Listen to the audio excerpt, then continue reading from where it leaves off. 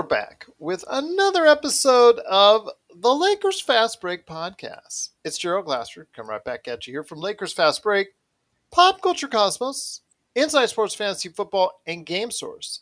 We truly appreciate everyone out there listening to all of our great shows. And if you can, please give us that 5-star review wherever you get your podcasts.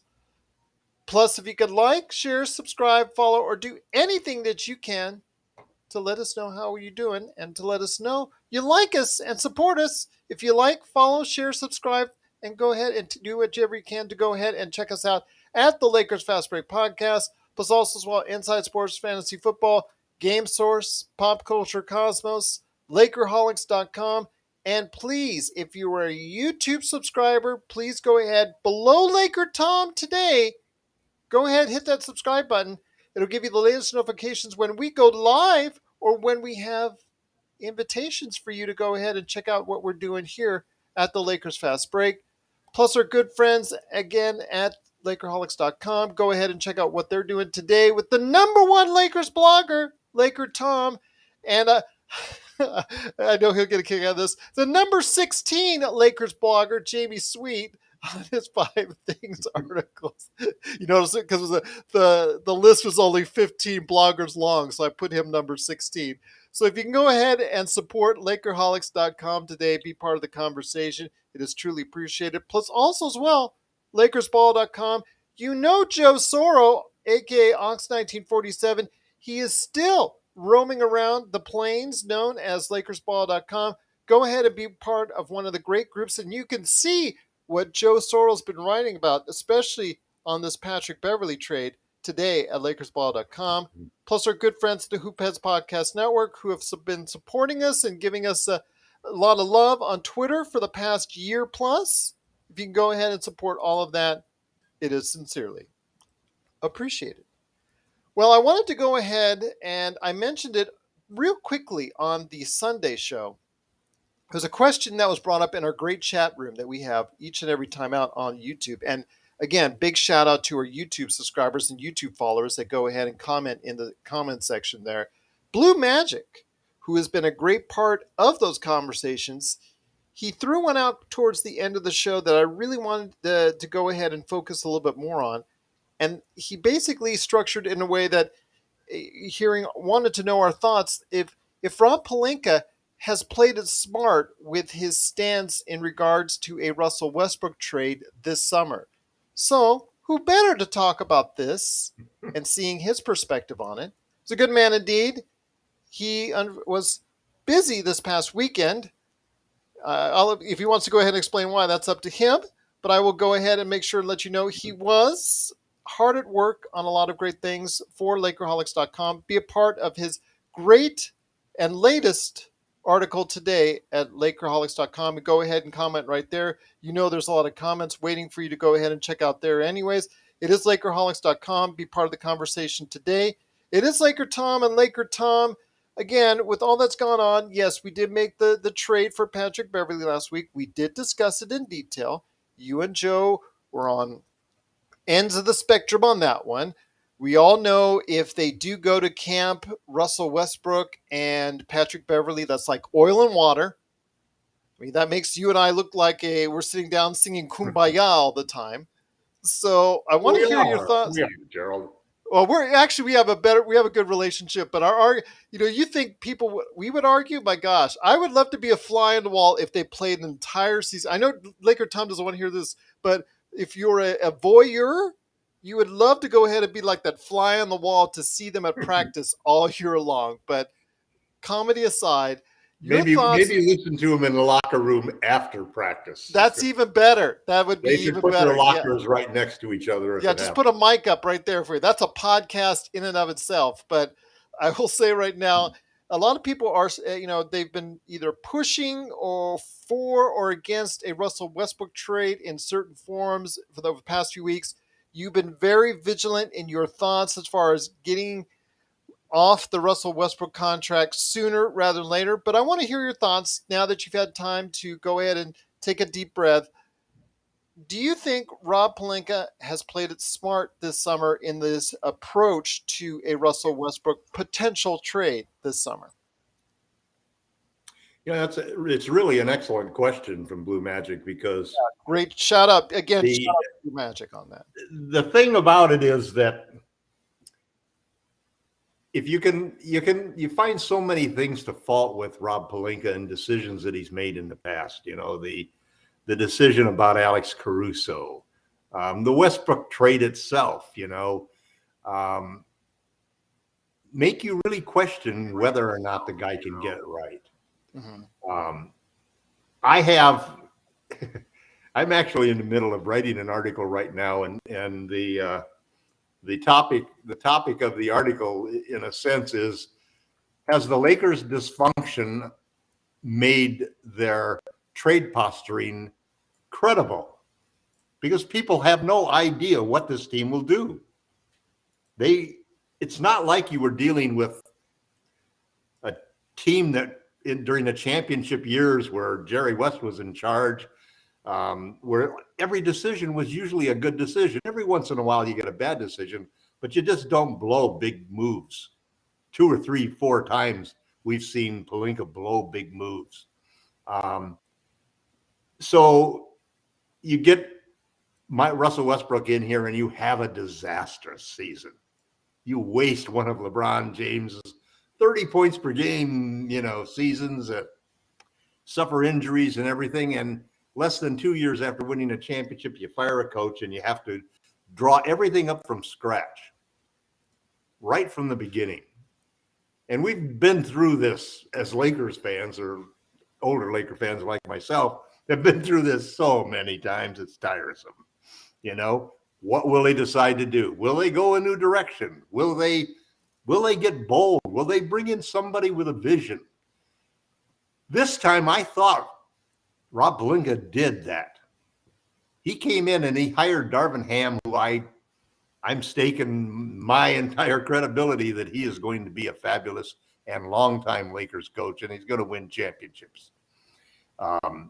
And part of that decision was also a decision to not only to bring in a charismatic leader, but to really build a team for him the way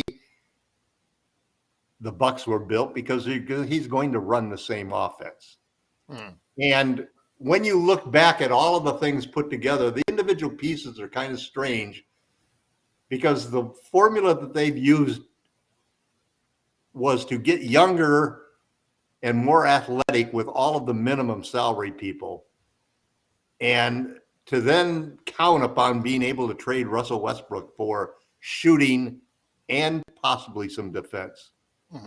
Because those were the players that you get back from a Russell Westbrook trade. They're going to be your third, fourth, fifth, and best players on a team right after, they're going to be among the top 5 or 6 players on a team, and probably 2 or 3 starters.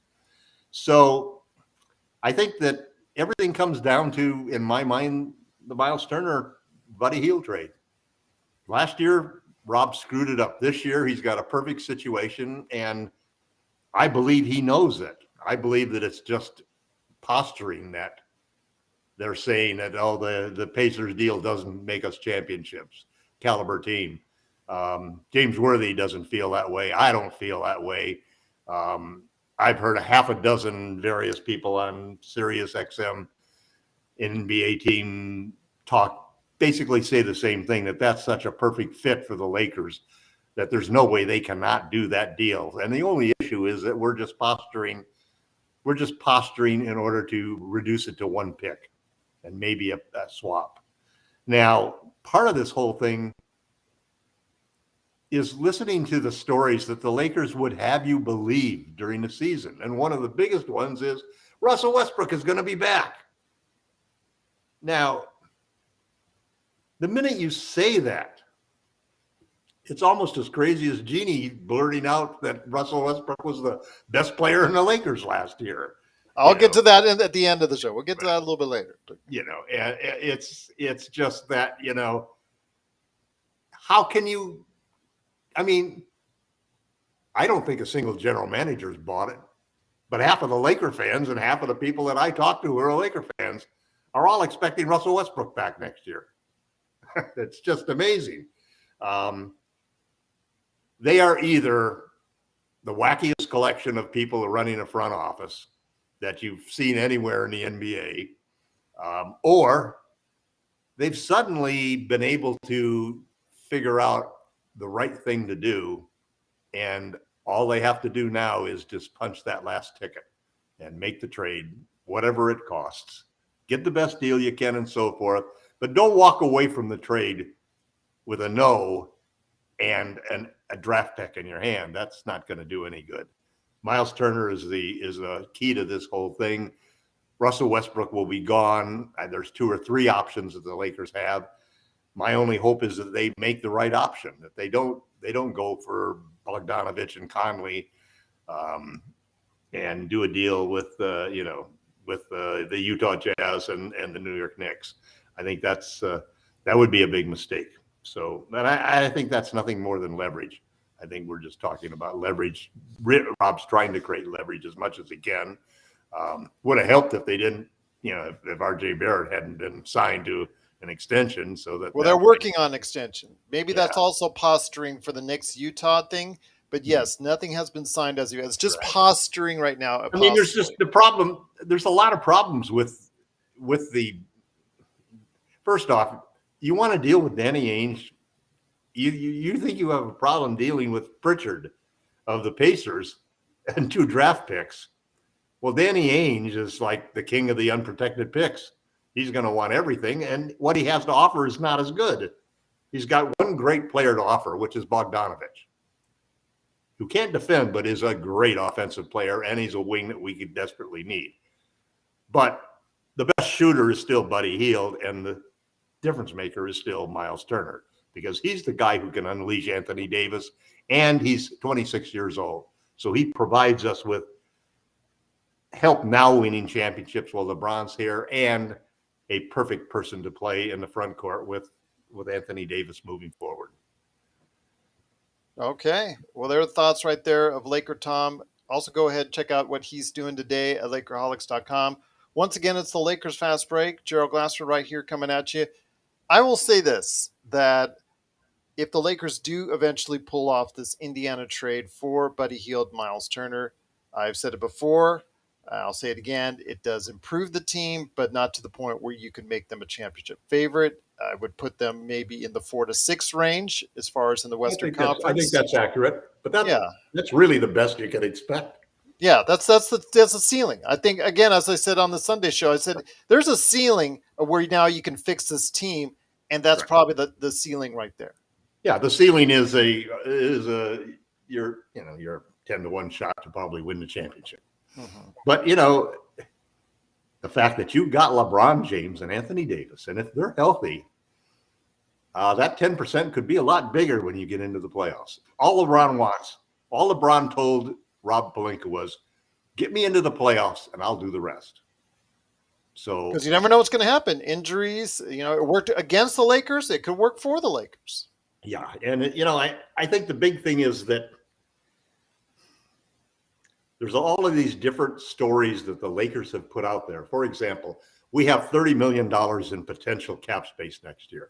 37, I think it was up to 37. Yeah. So therefore, we're not going to take back anything except expiring contracts. I think that is just another posturing situation. We won't give up 2 picks for any team unless it makes us a championship team. But we don't think that the Pacers thing makes us a championship team. I think that's total false.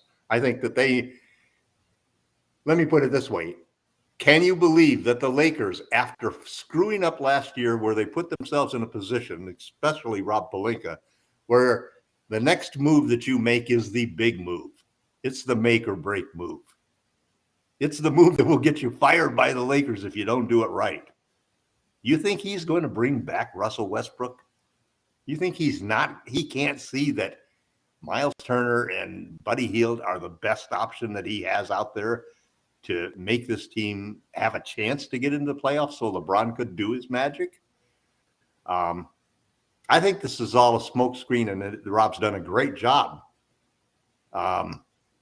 But I'm scared to death that he might blow the whole thing by making a trade for Conley and Bogdanovich instead.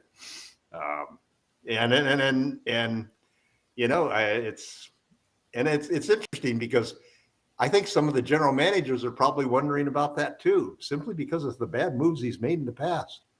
I mean, you know, they look at the Russell Westbrook situation and wonder, what the hell did Rob do last year? The fit is not there at all. You know, and the Chicago Bulls, they're really happy to have Alex Caruso. You know, it's just and THT. I heard now that there was a rumor that Miami might be interested in trading Lowry for Westbrook. Be an interesting trade. Lowry and their long range shooter who can't play defense and can't. Oh, Duncan Robinson. Duncan Robinson can't get in the starting lineup. Well, he was in the starting lineup, but he lost. So the Lakers have made these mistakes, and what's interesting is that were they a front office like, let's say, the Spurs during the Duncan era? Were they a front office like that never seemed to screw up? People deal with you differently, and they know what to expect. But the Lakers are such a wild card now because of just the whole internecine dysfunction in the organization. Who's really in charge? You know, Jeannie says, it's me, I'm in charge. Then she comes out and says something like Russell Westbrook was our best player last year. Well, again, we'll get back. We'll get to that in a second. She clarified it. Yeah, and listen, I love it wasn't Jeannie, the best. Well, it wasn't the best clarification in the world. And we'll touch on that in a second. But at any rate, so you know, so there is a little bit of advantage that a lot of GMs just don't know what to expect Pelinka to do.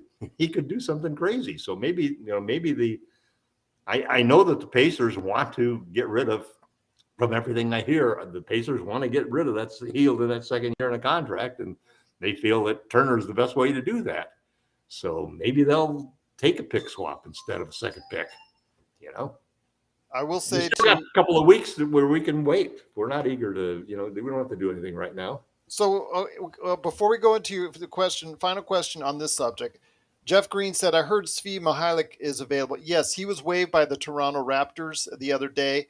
The only thing is, you know, the reason why he was waived by the Toronto Raptors is because his defensive liabilities. Yes, he can shoot 38 to 40% on his threes, but keeping him in the lineup, I think it's the same reasons why we just talked about Duncan Robinson. His defensive shortcomings are part of the reason why he's not a regular rotational player. I like Svi a lot.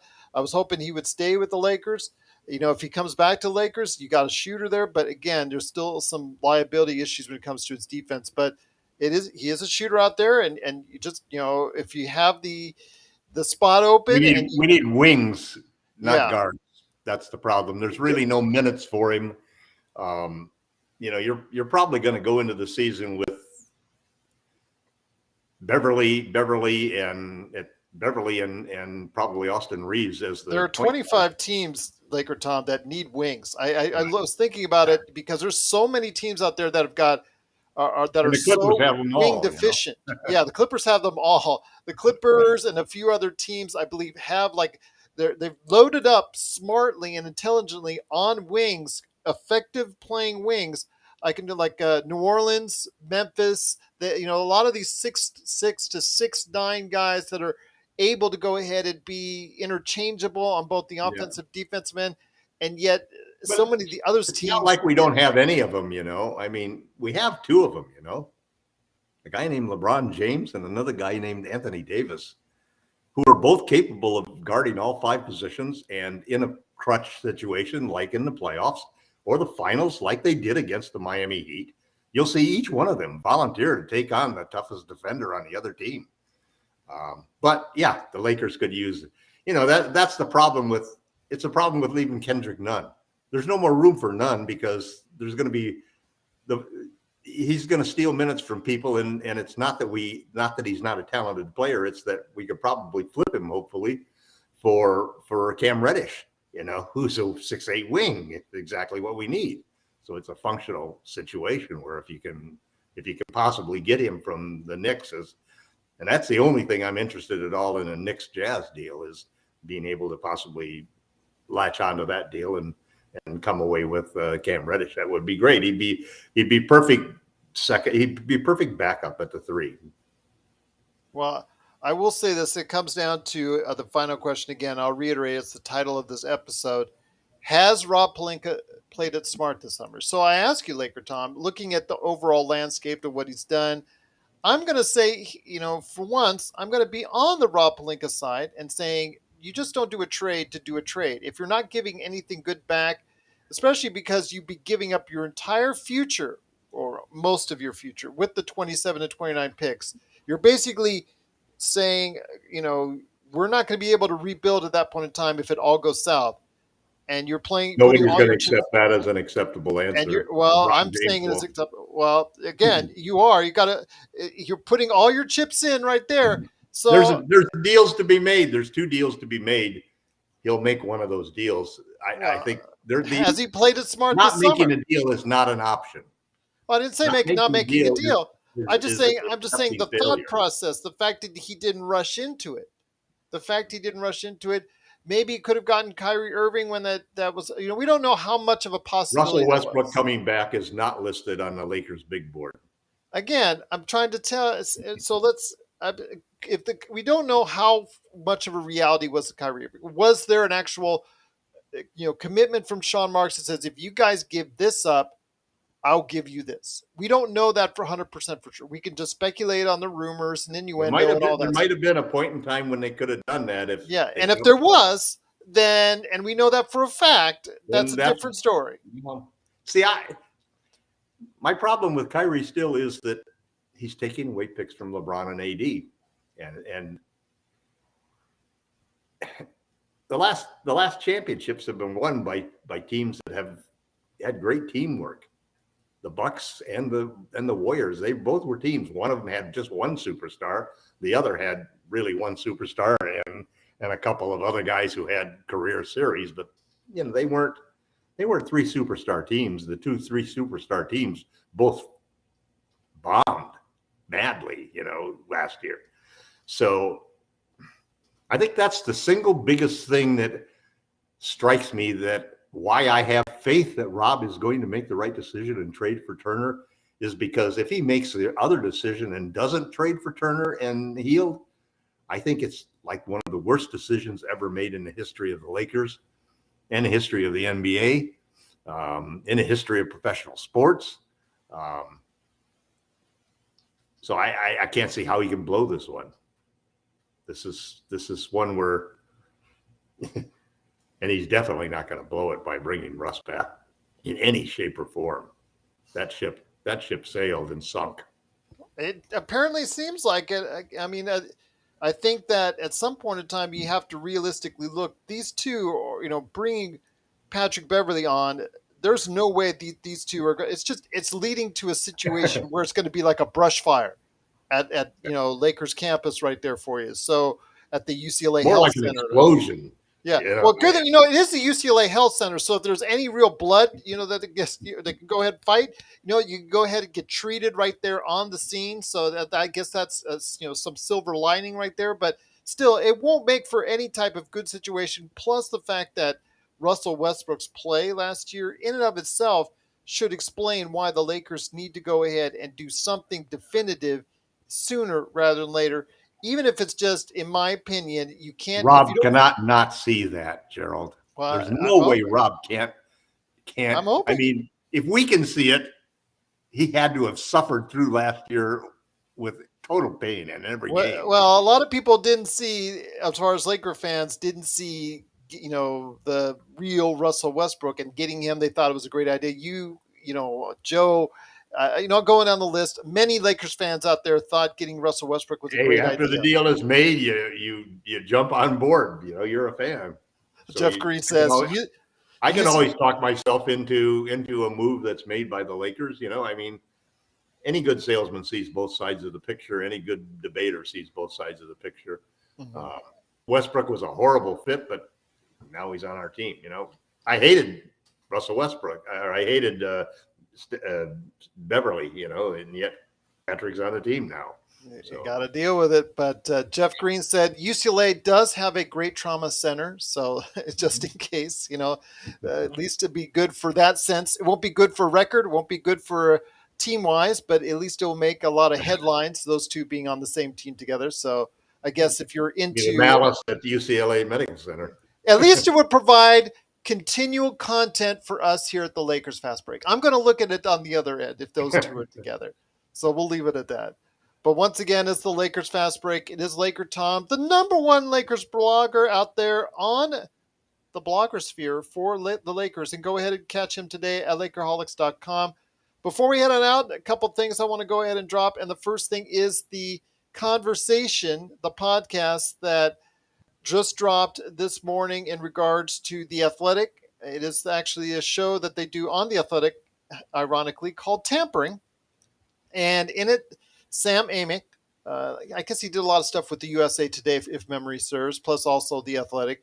He interviewed Jeannie Buss on his latest podcast. And one of the On things that, her tour of interviews. yeah, on her tour and reviews, because she's basically do what they call the proverbial car wash. It's basically you deal with all the media types like me that are in process of trying to sell something, and she's trying to get you to go ahead and watch Hulu's Legacy, the real story of the LA Lakers. And I do want to make an announcement before we continue, and that is I have secured an interview with one of the executive producers coming up in the next 2 weeks, or at least it's on the books. Maybe subject to change, but it's on the books. I do have one of the executive producers lined up for an interview in the next 2 weeks that I will conduct with that Linda individual. Rambus? Did No, you get Linda Rambus? I did not get Linda Rambus. I did not ask for Linda Rambus, I will say. But Stephen Leckert, he is one of the individuals behind the scenes, the executive producer. He works closely with Antoine Fuqua, of the main man behind this whole thing with Legacy. So he is going to be my guest on an upcoming episode that I'm going to tape and then go ahead and showcase it out to the world after that. But if you have any questions for Stephen on Legacy, the true story of the LA Lakers, if you're hearing my voice or seeing me now, please go ahead and give me a shout out. I will read your question to him while we're recording the show, and it's coming up in the next couple of weeks. So in the next couple of weeks, let's say before the 9th, if you can go ahead and send me a send me a message, a DM at Lakers Fast Break on Twitter or Lakers Fast Break at yahoo.com, and send me your question. I will read it to Stephen as we go ahead. We have it scheduled right now on the 9th. I will go ahead and record a conversation with him. So looking forward to that with Stephen Leckert, one of the executive producers, along with Antoine Fuqua, along with Linda Rambus, Jeannie Buss, and everyone involved with the Legacy series that's right now available on Hulu, which I caught the 4th episode on, and I'll talk a little bit about that on the end. But the interesting thing was that she was on the Sam Amick podcast, that actually dropped earlier today. And some of the comments that were said, I think she had to walk back at least one of them.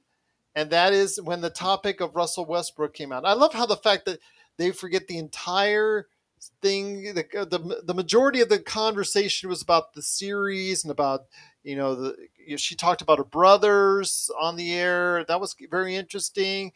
She had to walk back. She had to ask Sam Amick to walk back some comments that were made on the brothers during the show, and that was corrected. But what wasn't corrected was something that she said and indicated as far as Russell Westbrook, and that she indicated that he was the best player last season. Now, Sam Amick, For the Lakers. for the Lakers, I should say, for the Lakers.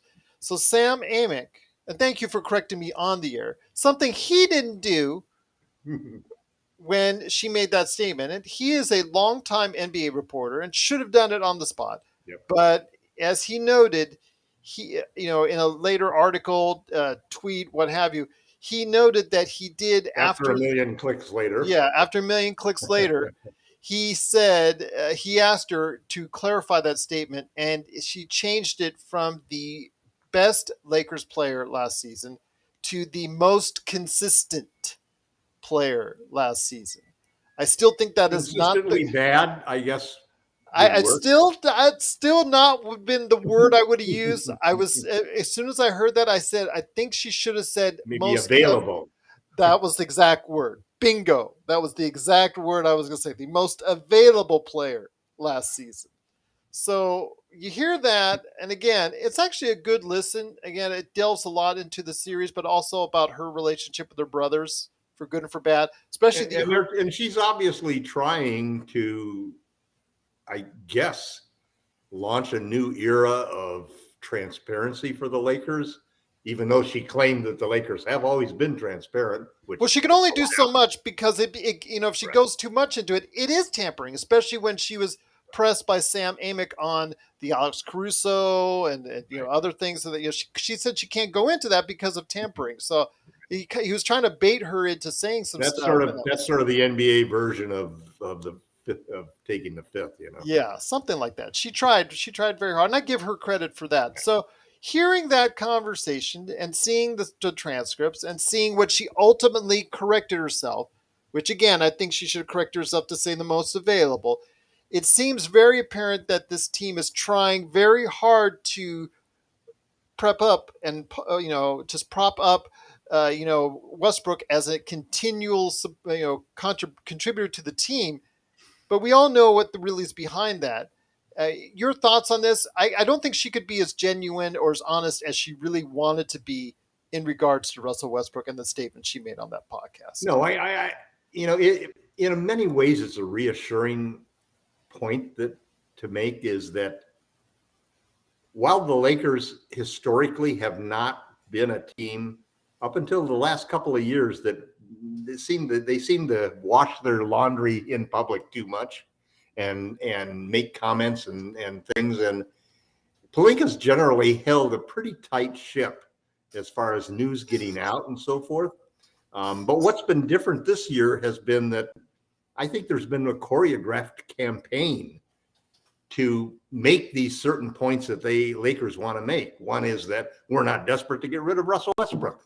So, don't think we're going to do everything you want just to get him. And don't think that we're going to give up 2 picks, and don't think that we're going to take back money, and don't think that we're going to do anything other than to hurt our potential, cap space next season.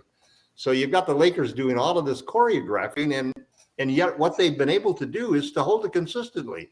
Because what Jeannie was trying to do with this message was to like you said, Gerald, was to prop up Russ. The Lakers don't disparage the players who are leaving. The last thing they want to do is disparage a superstar like Russell Westbrook when they're courting the Lakers as the landing spot for superstars everywhere. So this is a failure. So to a certain extent, they've done a good job of doing that, from Darvin Ham's even coming out now saying, wait, I can even solve the Beverly and Westbrook problem. The Lakers have consistently done as an organization and spoken as one, regardless of who is the person speaking. And that's a good sign. I'm hoping it all ties together, that they've choreographed this great PR campaign and everything, and are going to do the right thing. But previous decisions scare the heck out of me. I'm just scared to death that they're going to trade for the Utah Jazz, and we'll end up with Jordan Clarkson and Mike Conley and I'll tell you what, right now the comments are starting to go hard and heavy right there as far as petting my cat. Too funny. Very funny indeed. I will say that Jeff Green is a big supporter of Russell Westbrook and what he's saying, and that, yes, he did have an 18.5 points a game, 7 rebounds, 7 assists, 44% shooting, a steal a game. Yes, but as I look at on the other end of the spectrum, he was under 30% from 3, top 10 in turnovers, and his worst defensive rating, in fact, one of the worst defensive ratings in all of the NBA at 113.6. So you got to look at it from both ends of the spectrum. And in a modern age, as I say this, Russ is a first ballot Hall of Famer. No doubt. MVP, former MVP, no doubt. I'm going to give you all that. All-time leading triple-double guy. Absolutely. But in the modern NBA, where spacing as Laker Thomas said, is so important. Shooting for for LeBron James is so important.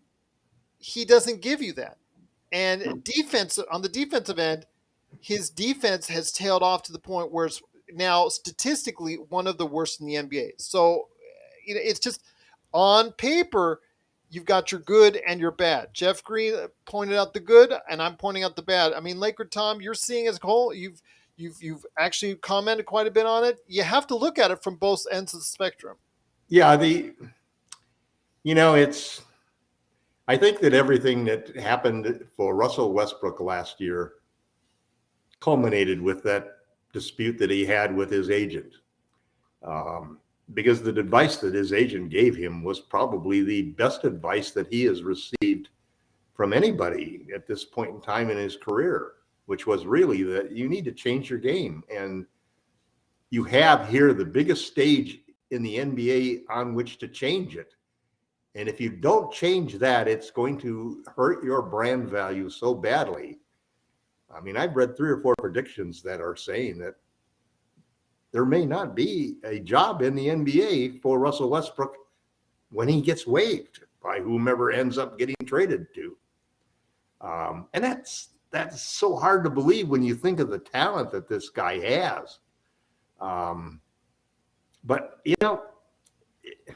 it's true of all of us probably that we probably all at some point in our lives fall further down than we probably should have before we make changes that are necessary to straighten out the trajectory of what we're doing as human beings, and I think that I hope that Russ, maybe this would be a good thing if Russ would find out that nobody wanted him despite all his talent and everything else, that his sort of inability to change his spots could prevent him from playing in the NBA anymore.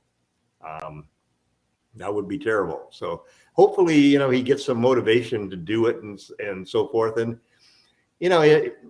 for humans, for regular everyday humans like us, that's hard to imagine. I mean, think of the talent that Russell Westbrook had, the physical talent. There has never been a point guard in the NBA that had the physical abilities that he had, and what he's accomplished in his career statistically. And even though he hasn't won, man, you can understand just by looking at what the man has accomplished, how difficult it is to change your perspective, His turnover ratio is the top, one of the top worst. Yeah. His 6th worst in the league. I know that is 3.8 turnovers, but all of those are the things that if you do per 48 minutes, should probably be shot if he doesn't make sure that Russell Westbrook is gone. Well, I will say per 48 minutes, his turnover ratio is one of the worst in the NBA. Again, but then you look at it both ways. LeBron is also one of the worst in the NBA simply because with both those guys, they're heavy usage players. I will give you that. But when it comes right down to it, and then Jeff Green admits he's always been a below 30% shooter. With LeBron, you cannot continually have below 30% shooters out there. For his first 8 seasons, he shot 80% from the line, over 80% from the line for 8 straight seasons.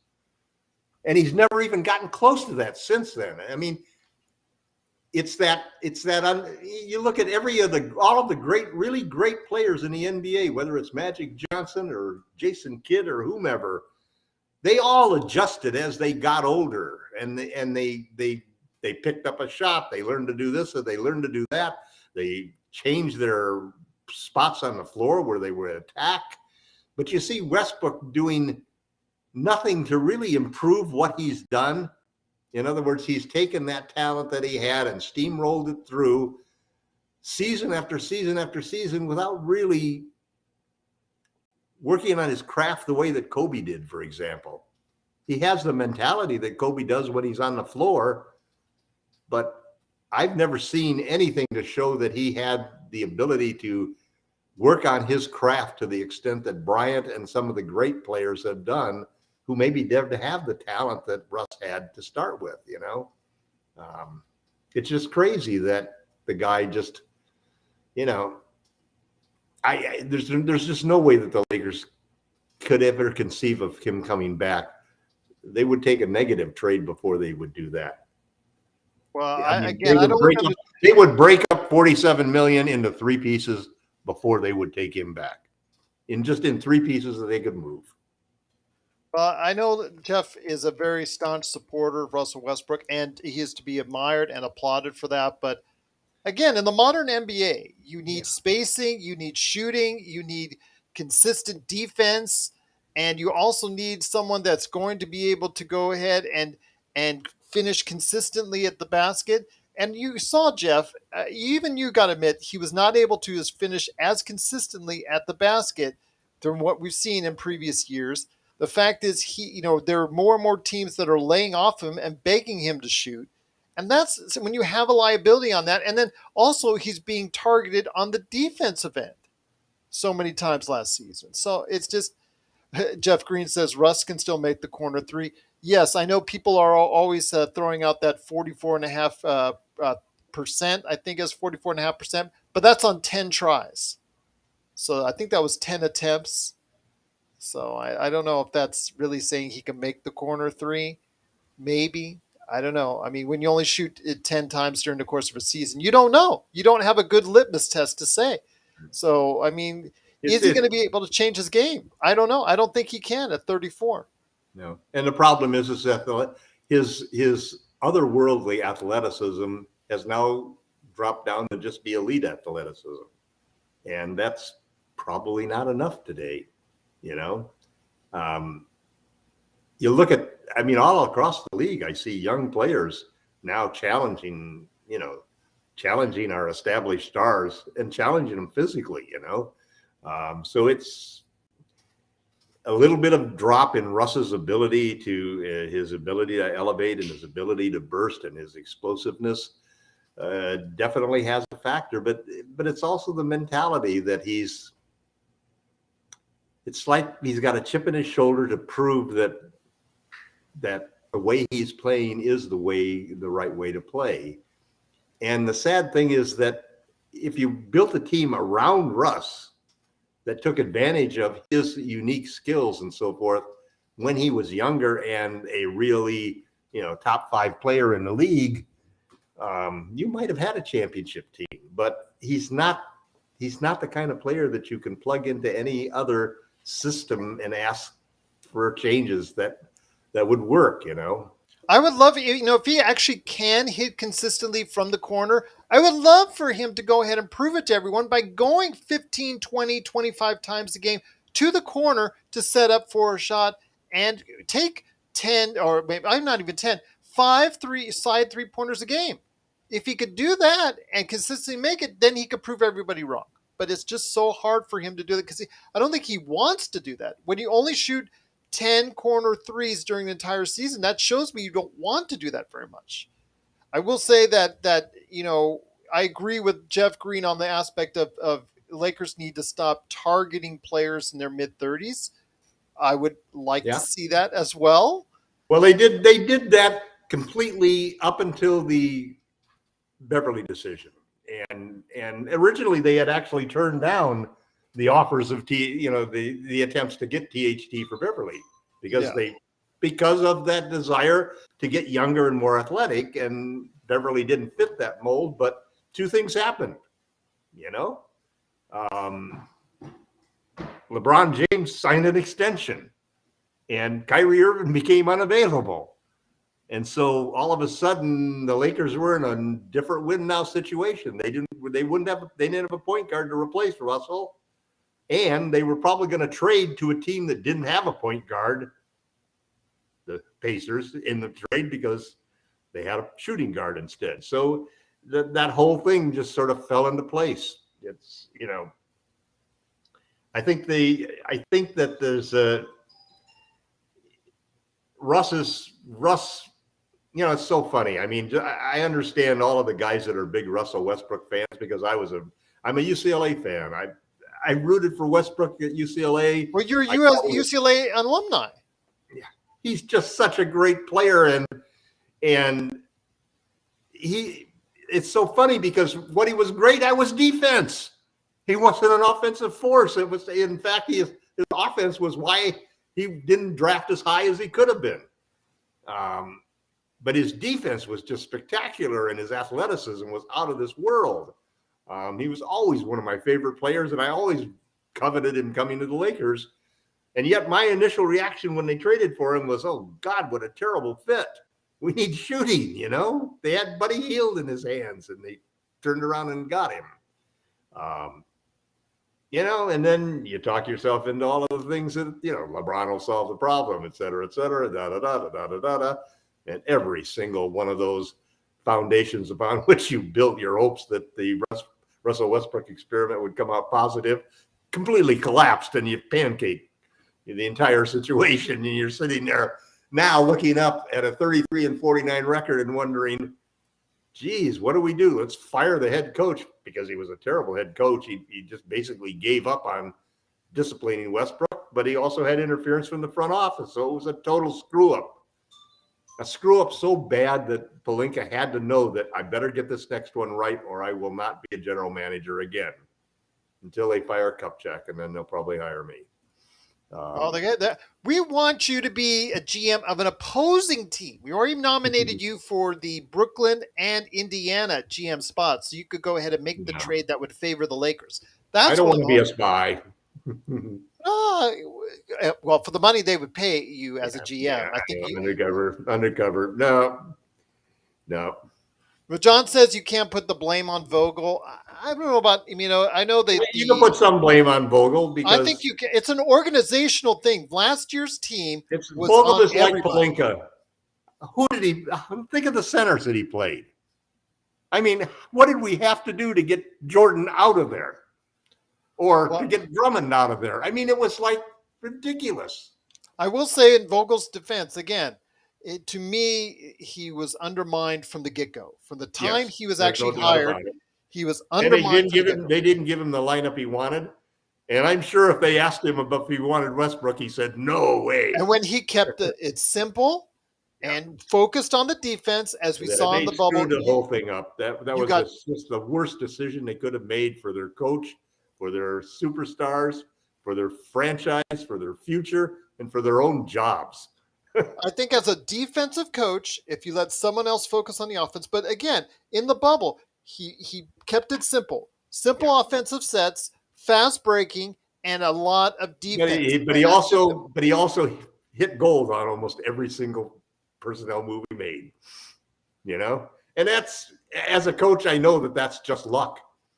You know, because it's like a relief pitcher. You call on him, and you know. That's why I have always loved the idea that pitchers ought to pitch more, because you get 5 guys and you're going to have pitched 5 guys in a game. The chances are one of those guys is not going to pitch well. And Vogel had probably the best streak, I thought, of making moves, except for the first game. I don't know what he did. It's sort of like he gave up the first game of like 3 series, you know, and yet he made all of those adjustments so perfectly that you thought for sure this guy was going to be the next Phil Jackson, you know? Well, we just championships or whatever. There's been an official declaration on the show in the comments. Joe Soros says last season's poor showing was my fault. So he wanted to indicate that. So I guess it is my fault. So I guess send the DMs my way, or send the my fault, meaning your fault. No, he said my fault. Gerald Glassford. He actually pointed out to me in the comments that it's my fault for last season. So be that as it may. Well, you had a pretty pessimistic outlook for the season, Gerald. That's because we got Russell Westbrook. Trade to Hart, and you were right about the trade, and you screwed us, man. I screwed us? No, LeBron having that dinner with Anthony Davis and Russell Westbrook that one summer night, which translated into a trade soon thereafter. Yeah.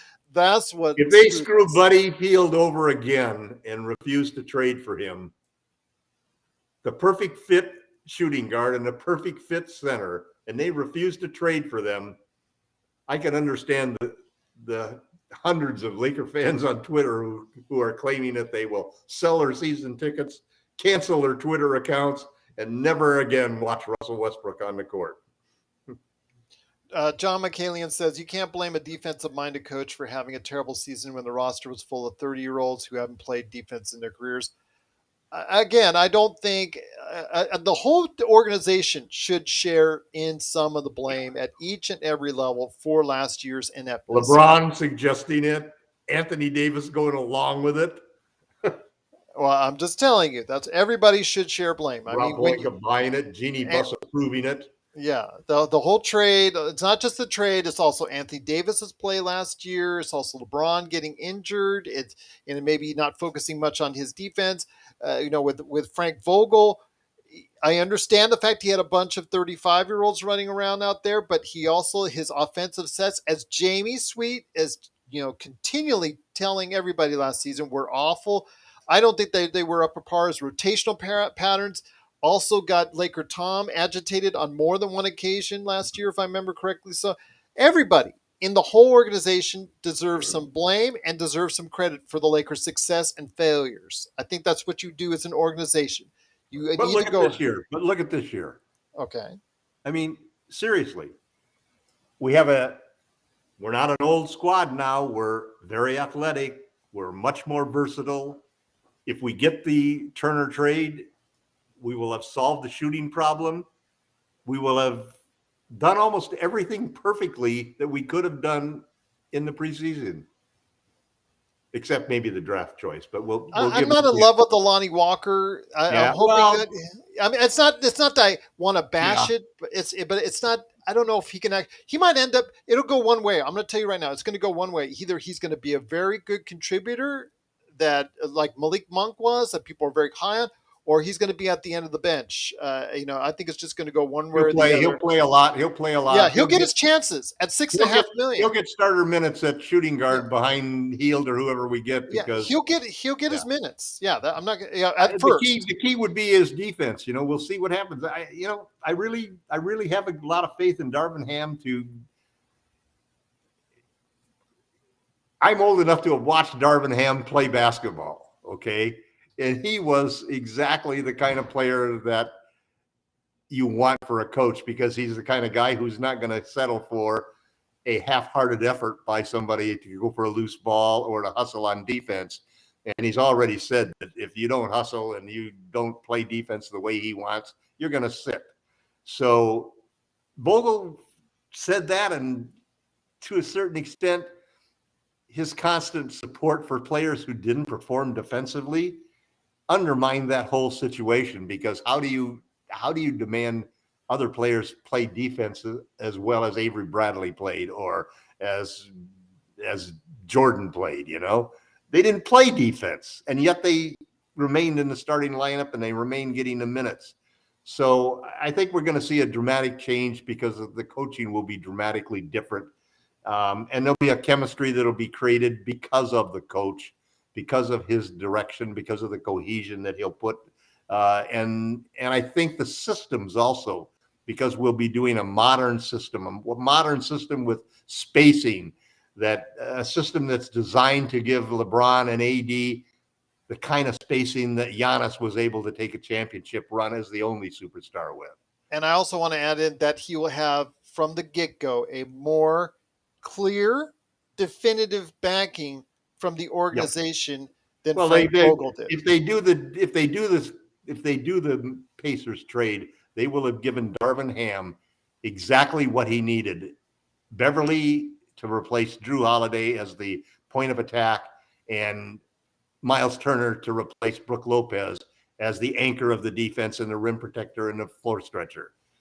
He'll have the key players, the key components he'll need. He'll have a starting lineup that'll have 4 very good defenders in it. And we'll have some depth. We'll have some depth that we didn't have before, and the depth will be younger. So it has a chance to improve and get better, especially with a coaching staff that's very much oriented toward player development, That he was allowed to go ahead and shape the coaching staff. That's very important because remember. So Yeah, we've made all of the right Vogel. moves. We just need to close the deal by making the right trade. And I can't, to me, it seems so incredibly obvious, but I thought it was so obvious that we should have traded THT for for Lowry last year at the deadline. I mean, I couldn't believe we I didn't make the I trade. remember, and we were live on the air for that, and you can Yeah, check I that out know, in and the I just was archives. incredulous. But and I can't believe that we won't make the Pacers trade. I can't believe we would make a mistake of that proportion immediately following the worst mistake that we'd ever made, which was the Russell Westbrook trade. It just can't happen. Jeff Green is adding that as long as Russ is still on the team, Jeannie Buss needs to show her support. He thinks that it was a smart comment on being the best player for the Lakers last season. Yeah, Again, she corrected it, or she was given the opportunity he didn't really mean that, to but there's correct no it there's to no benefit consistent. to tearing Russ down because Yeah, it doesn't help your trade status. It doesn't help no, anything you want to do with him long no. term. And it's Yeah, just not the right thing to do, man. I yeah. mean, you move on, and you just respect that it didn't work out, man. It's But nobody's it's nobody's blame in that sense. You're as much at blame as Russell was at fault for the whole situation. So it didn't work out. You shake hands and you move on, and you find the best solution you can. And I'm hoping that the Lakers will do it. I range from being totally encouraged that there is absolutely no way they cannot make the right decision, and then I remember that they let Caruso walk and traded for Russ, and that scares the hell out of me.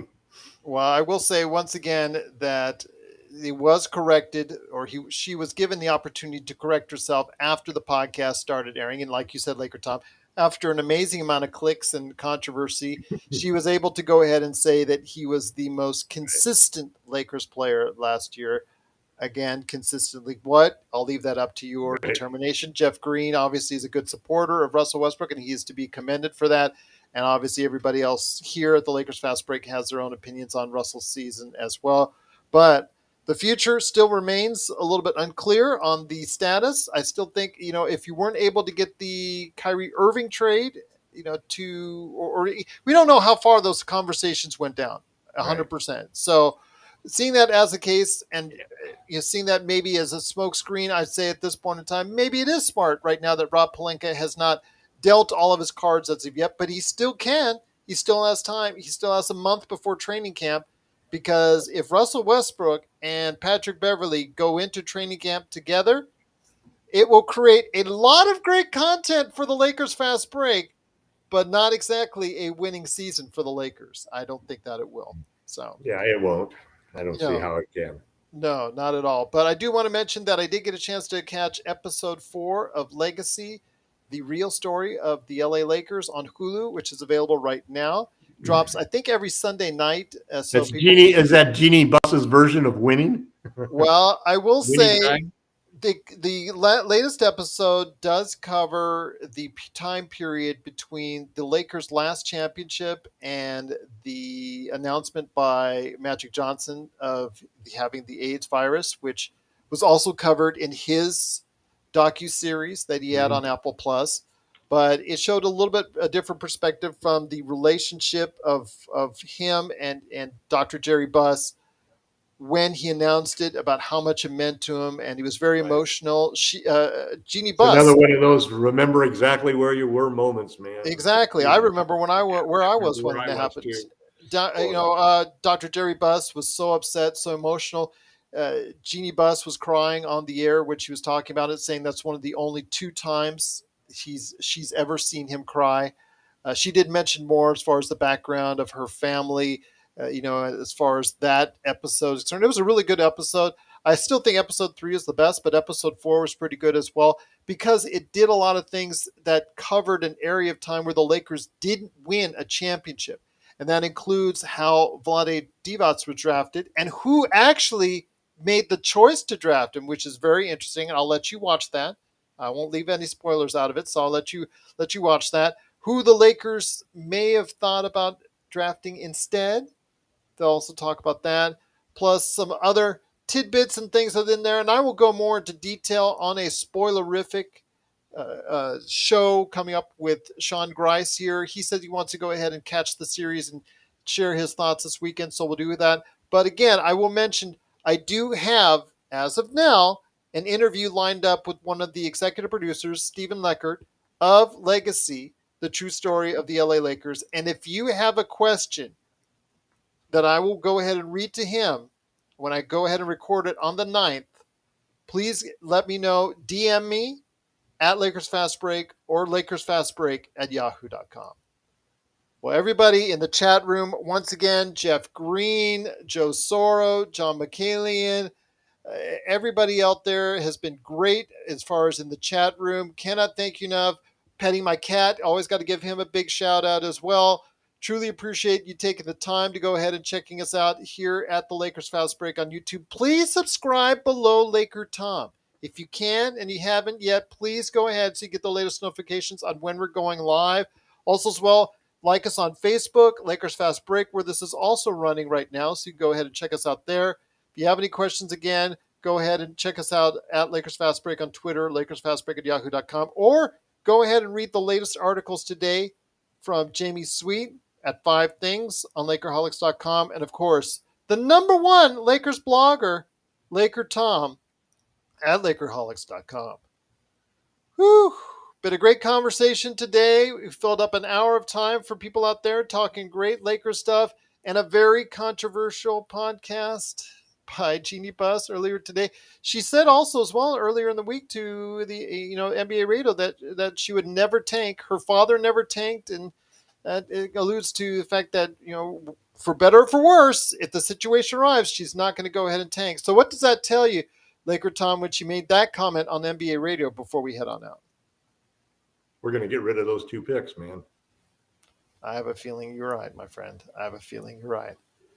Well, once again, you can't sign LeBron James to an extension and then not make that trade because of a pick for a kid that's now 12 years old, whom you never will pick. And I will say that Danny Ainge is absolutely right that unprotected Lakers 2027 and 29 first-round draft picks would become the hottest potential free draft capital out there. You understand my concern. Would become commodities. They would become like the new crypto.com for the NBA. But now you know why, LakerTom, I'm showing just a little bit of hesitancy in regards to that, because they are so valuable. That's why I communicate why. But they're only valuable if the Lakers fall on their face. Which is what I would project. So you don't bet against yourself. Jerry Buss would never bet against himself. He'd put those picks out there and count on being a winning team so that they wouldn't want to. That pick will be worth nothing to them. But the reason why, LakerTom, let's flip it on the other side. Why, if you're a prospective GM thinking about this trade, if you realize that LeBron will be gone by the 27 draft, as far as off the Lakers, you'll realize that Anthony Davis most likely would be gone and not 34 years old. Yeah. Fragile Anthony Davis, 34 years old. Probably playing for the Bulls because he's always wanted. He's from Chicago and he's always wanted to play for the Bulls. So you understand the reasoning why it is so hot. You understand the reasoning why you might just be a little bit you unsure before you go ahead and make something like that. You just can't freely give it up. You got to understand why that they're so valuable. 2 more championships will be. The thing that people don't realize is take a look at the Lakers roster. They've got LeBron and AD now for 2 more years. Okay, so they trade for Turner and Hield. Hield's got a 2-year contract, so he lines up perfectly. You give Turner a 1+1 deal, and all of a sudden you got 4 guys lined up for the next 2 years. 4 really good players who fit together beautifully for the next 4 years. And then you got Beverly this year and whoever you get next year and so forth. But you put yourself in a situation where you all of a sudden have LeBron James being and probably Beverly for 1 year, but LeBron being really the only player who's in danger of his career not lasting 4 or 5 years. And then suddenly you all start to wonder whether or not, he wants to play with Bronny and Bryce now. So we're talking about Bryce's, what is he, a freshman in high school now? I think he's a freshman because Bronny's a sophomore, right? Or right, junior. I think he could even be a junior high still. I think Bronny is a junior. I think I'll check it. Maybe. At any rate, what we're talking about, What we're talking about is after this extension is over, another 2-year extension for LeBron to be able to play with his kids. And he wants to do it as a Laker. So, I mean, So yeah, he's 18. He's actually going to be 18 in October. Bronny right. James. But Just to we've get it right. done, Pelinka has done a good job in the sense that up to now, we haven't taken on any contracts the way that the Cavaliers did, where they got hurt, or even we're not even in the situation as without the assets, let's say, that the Heat had. We'll be in a pretty good situation. We'll have draft picks. We'll have a lineup. We'll have a roster full of tradable contracts. So the Lakers are going to be they're not in danger of having to rebuild. But let me ask you this. Let me say this before we head on out. Okay, I get this out. When I'm out and about and I talk the Lakers, or people see me with my Lakers shirt on and all that, we get into talking about the Lakers. You understand, since the 2010 championship, how many winning seasons they've actually had since then in the 12 seasons that they've had. How many of them have not met in as far as a winning season or even above 500? When it comes to as far as the real possibility of what we could do or what we may have or not have by the time those 27, 29 picks come around, you can understand why people are maybe talking about being hesitant on that. Do you Yeah, understand? but we don't have a roster, and I could understand that from last year's roster totally, Gerald, because all the players we had were old and over the hill, and that's the kind of roster that turns you into a desperate situation.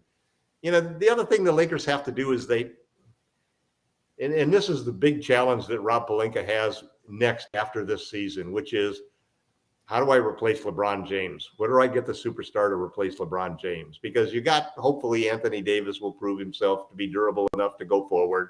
Maybe you get Turner and Hale, so you got a bunch of guys that are in their late 20s, and you got a whole bunch of roster players that hopefully you'll have some gems come out of there, like Reeves, that will basically give you some young talent moving up. And you've got trading chips. Maybe they'll even be able to come up with one pick and a pick swap for the Pacers deal, which would give them a pick to use at the midseason. But I think the Lakers have done a much better job of positioning themselves for the post-LeBron era than the Cavaliers or any of those other teams did, because LeBron hasn't come on since he's come onto the scene with the Lakers. He has basically been a team-oriented guy and made decisions that helped the team. For example, there's no way he could have waited for a long time. He could have waited till the end of the season to do this extension and really put the Lakers in a tough situation. But instead, he went ahead and made the decision and agreed and signed it. So to a certain extent, he hasn't. I'm not as worried as you are about the transition, because we're not in the contract situation where we brought on players that were horrible contracts for 4 or 5 years that we're sitting there stuck with after LeBron leaves. We don't have any of that situation, and we aren't going to take on any contracts that are longer than the 2 years that he's got to go. So I think we'll be fine in that situation. Well, We just have to win. you know me, LakerTom. I am a Lakers warrior. Yep. There you go. That's fine. You got to look at both sides of the coin. Or as you would say, both sides of the glass. As was discussed by Jamie and I. The glass is always half full and half empty. Well, what counts is which direction is it going, Jamie has a different explanation of that. So if you want to go ahead and check out what that is in response to that, LakerTom, go ahead and check out the Sunday show that we did right here on YouTube and, of course, wherever you get your podcasts. But great conversation. I've almost wanted to go down to Long Beach and have an intervention with Jamie, because he's getting so gloomy now that I was like, oh, Jesus, Jamie, I'm afraid to read the articles almost. It's like scary. Oh, I mean, he's convinced that we're going to have Russell Westbrook for the rest of the year. He is watching on Facebook. All right. So I'm going to have to get you back on together on the air to you two. Hopefully you both will be on the air then when we come back live on Thursday, along with Joe Soro, hopefully John McCallion. hopefully we can get everybody together We'll for be our on tradition. live when they announce the Pacers trade. That'll be the Okay. perfect time for us to be on live Well, we again. were on live, as Jamie reminded me, when Patrick Beverly got traded. So you never know. Absolutely, you never know indeed. But Could happen. Could happen. hang with us on Thursday, 8:30 p.m. Eastern, 5:30 p.m. Pacific. We're going to go ahead and try and stick to a little bit better schedule for you guys on Sunday, Tuesday, and Thursday. We're going to go ahead and do that. I also have an upcoming interview with Sean Grice on the Legacy series. And again, if you have a question for me before September 9th that you want to go ahead and ask Stephen Leckert, one of the executive producers of Legacy, the true story of the LA Lakers, which is right now available on Hulu, please go ahead and give me a shout out at Lakers Fast Break on Twitter, or if you can, LakersFastBreak at yahoo.com. That works just as well. You guys have been great with the emails, great with the DMs, great with the comments. Truly appreciate taking the time to checking us out. Any last thoughts before we head on out, LakerTom? Well, the one thing that has happened is this is August 30th, right? Mm-hmm.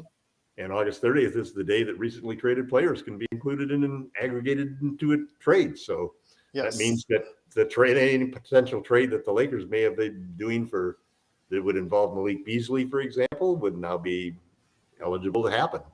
So we'll see what happens, Blue Magic, who actually gave us this subject for today. And again, we said thank you so much at the front of the show. He said, thanks for the great show. Wondering what Tom will do if Russ stays. Unfortunately, that is not airable. It'll be NSFW. It will probably not be available for any ages, and probably won't be one of those shock videos that I probably don't want to air. So we'll just go ahead. That's a dimension that I really don't want to end up in. So Tom, I'm sure in the multiverse somewhere it's happening, but yeah, it's not going to happen here, Blue Magic. Trust me. Mrs. LakerTom would not like that. That would not be good for LakerTom's long-term health. We want to keep him around. We want him to hit 100. Our goal is to get LakerTom past the century mark. All right. And Russell Westbrook staying on the roster, even though it would be actually fun for me because I would love the inside dynamic at the UCLA Health Center between him and Patrick Beverly. I would love to be a fly on the wall for that. As much as I would love that, I don't think LakerTom would like that very much. No. It's not going to happen. But once again, check out LakerTom. Russ will not wear purple and gold again. Oh, okay. You have it there. He said that before, so this is not the first time. So if you go right now to Lakerholics.com, the article, and I'm showing this to the Facebook fans out there, the latest article for LakerTom is what do Los Angeles Lakers really want in a Russell Westbrook trade? You'll go ahead and catch this latest article today at Lakerholics.com. Joe Soros back in the chat. He'll be with us on Thursday. Basketball Hall of Fame's let anyone in there now. Okay. Well, they do get a little bit more, allowing as far as that's the case. But it is the basketball, not the NBA Hall of Fame, Joe. Blue Magic, I have my faith in Tom. He just guaranteed Russ is off the team, crossing his fingers. Now, Jeff Green has been a supporter. Big shout out to Jeff Green for his contributions during the course of this broadcast. He is a big supporter of Russell Westbrook. And again, more power to him. Again, I appreciate him taking the time to go ahead and being on the other side of things in regards to Russell Westbrook. So again, I love both sides of the equation on that. And we truly appreciate all the great comments and the great banter back and forth. It is respectful and is also as well very much appreciated by all of us here at the Lakers Fast Break. But again, we'll be back on Thursday, coming right back at you, 5:30 Pacific, 8:30 Eastern, for everyone out there, right here on YouTube. But we're looking forward to going ahead and having another great episode. Joe Sora will be here, maybe John, maybe LakerTom, maybe Jamie Sweet, going into more detail in regards to the half glass, half full theory right there. Maybe we should do an episode on that. Who knows? Oh. But there is a month left to fill before training camp, and we'll fill it for you right here